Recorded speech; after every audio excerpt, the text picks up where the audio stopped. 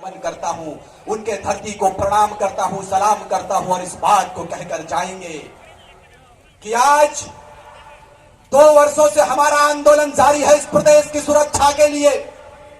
लेकिन अफसोस और विडंबना देखिए इस राज्य की कि आदिवासी हितैषी सरकार कहने वाले आदिवासी सरकार सत्ता में बैठे हैं, सत्ता में आसीन है।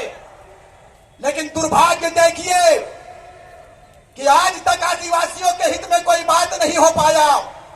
आदिवासियों की जमीनों को धड़ल्ले से लूटा गया, सरकारें मौन रही, सरकारें बन गई, सरकारें चली गई। लेकिन मुझे बताइए कि आदिवासियों के हित के लिए कितना कल्याण हुआ, ये चिंता का विषय है मेरे भाई, ये चिंता का विषय है।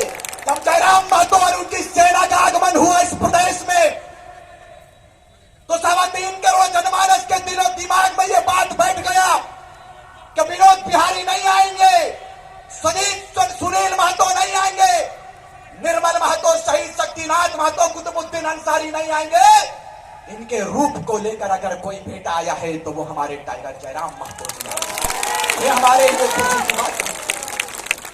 लोगों ने कहा, भाई इन नेताओं के चमचों ने कहा कि ये एक जाति विशेष का आंदोलन है, ये एक जाति विशेष का लीडर है, ये एक जाति को लीडरशिप देता है, इसी का नाम जयराम महतो है। हमने कहा कि जयराम महतो अकेला नहीं है, उनके साथ में रिजवान अंसारी, रिजवान क्रांतिकारी कदम से कदम मिलाकर चल रहा है, ये उनका परिचय है। उधर से आवाज आया कोल्हान से, तरुण महतो ने कहा कि जयराम महतो के साथ में तरुण महतो साथ में है। दमयंती मुंडा खड़ी हो गई, उन्होंने कहा कि जयराम महतो के साथ दमयंती मुंडा आदिवासी परिवार की बेटी खड़ी है। कोई से एक जाति का आंदोलन ना करे, मैं ना कहे मेरे भाई।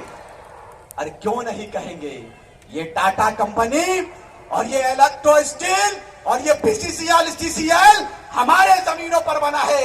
लेकिन आप मुझे बताइए, आज आपके बेटों को नौकरी पर कितना बेनिफिट मिलता है, नौकरी पर कितना प्राथमिकता जाता है, ये चिंता का विषय है। मैं सुन रहा था अपने बड़े भाई के मीडिया कॉन्फ्रेंस में, वो बता रहे थे कि स्थानीय SSP की धर्मपत्नी किसी बड़े पद पर पदस्थापित है। अब बताइए, बाहर के लोगों के लिए ये पद खाली हो जाता है, लेकिन जैसे ही समा परवीन की बात आती है, जैसे ही दमयंती मुंडा की बात आती है, वैकेंसीज फुल हो जाता है। भाई जमीन मेरे बाप का है, ये धरती हमारा है, लेकिन आज तक हमें अधिकार नहीं मिल गया। इसी की लड़ाई है मेरे भाई, यह किसी आदिवासी की लड़ाई नहीं है, किसी मुस्लिम की लड़ाई नहीं है।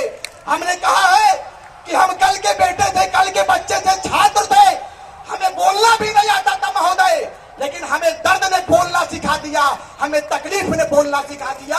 इतने दुखों को हमने करीब से देखा, सुनील महतो की मां को करीब से देखा, हमारी आंखें नम हो गई। कहां चला जाता है हुक्मरान।